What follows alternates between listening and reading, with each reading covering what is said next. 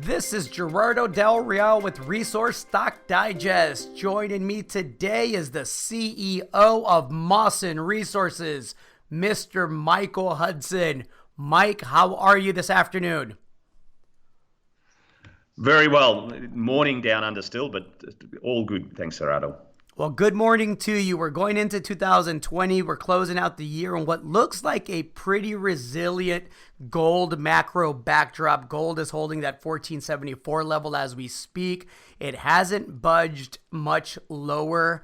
I'm excited for 2020. I'm excited for companies that are actually exploring, drilling, and answering questions. Mawson checks all those boxes. You had some news today providing a resource expansion drill program update. I would love to get the details from you. Thanks, Gerardo. We raised $7.9 million a month or so ago, and we've wasted no time in getting the rigs back to site, getting geophysics surveys ongoing. Well, they've started and ongoing as we speak. Metallurgical work has been ongoing. One rig is drilling one of the three resource areas below the resource as we speak, and there'll be another three rigs brought in about 1 month's time when winter conditions allow, so at the start of January. So this is a 15-kilometre program. It's all about the resource expansion in three areas at least: Palokas, South Palokas, and Raya. And the aim is to be in a position at the end of the program by April, May next year to start a new resource calculation, which will be the big milestone for the company. So basically the first resource, which was 420,000 ounces, constrained to 480,000 ounces unconstrained, was announced about a year ago. And since then, we put 15 kilometres in beyond that resource, so outside that resource area, and extended it, but we haven't updated the resource. And then this program with another 15 kilometres. So basically, the resource had 15 kilometres in it also of drilling that put that resource together. So we're basically tripling the metres in and beyond the resource area come May, April, May. There's a lot to unpack there. Let me start with the geophysical surveys. I know that electromagnetic surveys were very critical in the understanding of how the gold and the cobalt mineralization was distributed. We talked about that in some detail a few months back, but I would love for you to provide a brief recap of kind of that step change that happened midway through last year where you really got a handle on the controls and the structures. Can you explain that a bit? Yeah, earlier this year we drilled something like 44 holes, and the last 12 holes of that program contained 8 of the best intersections. So that was no fluke. That was because we really started to learn more about the system. It became much more predictable as we gathered more data. And remember, exploration is a scientific pursuit, and you collect data, you form a theory, and then you collect more data. And if it conforms to the theory, then the theory holds, or you modify the theory. And the theory seemed to hold in this case, and we determined the controls on gold in combination with the electromagnetics. The gold is intimately associated with a mineral called pyrrhotite, which is conductive.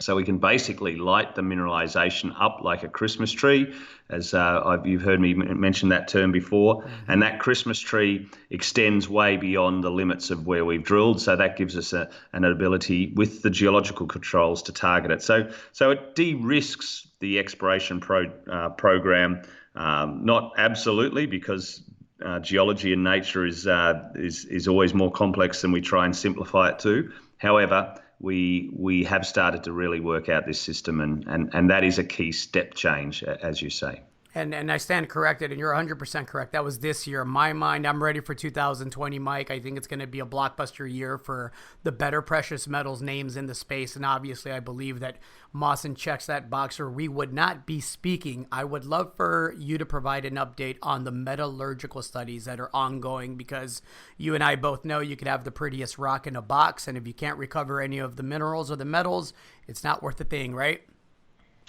Correct. correct. It's a key part of understanding a mineral system from the very start, and what mineralogies you have and how you can separate those minerals or not separate them. In our case, the two payable minerals will be gold and cobalt, and we're fortunate that there's a publicly funded entity in Finland called BAT Circle. That's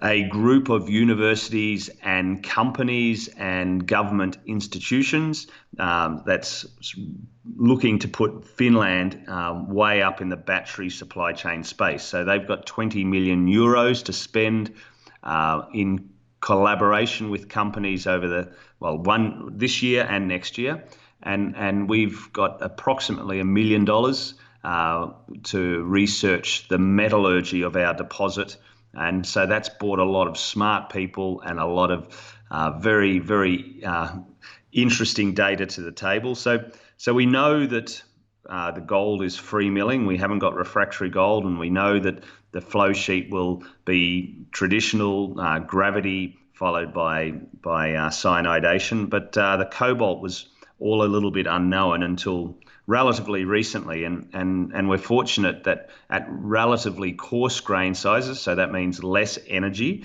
the gold comes free, but so does the cobalt, and we're seeing a lot of recovery of the cobalt minerals into that gravity concentrate also. So we're doing a lot of work now. We're doing a lot of geometallurgical studies to see how the minerals vary through the deposit.